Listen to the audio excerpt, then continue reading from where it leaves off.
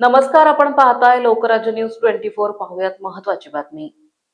पुण्यातील डेक्कन परिसरात फुटपाथ आणि रस्त्यावर स्टॉल लावून अडथळा निर्माण करणाऱ्या फेरीवाल्यांविरोधात पोलिसांनी मोठी कारवाई केली आहे।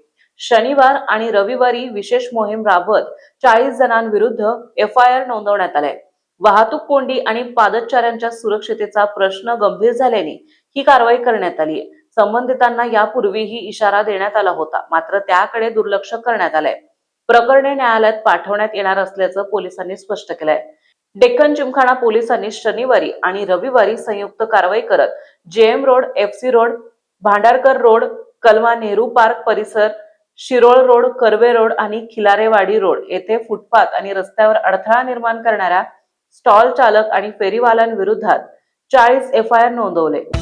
महाराष्ट्रातील महत्त्वाच्या आणि ताज्या बातम्या पाहण्यासाठी आजच आमच्या लोकराज्य न्यूज 24 न्यूज चॅनलला YouTube वर सबस्क्राईब करा आणि बेल आयकॉन प्रेस करा।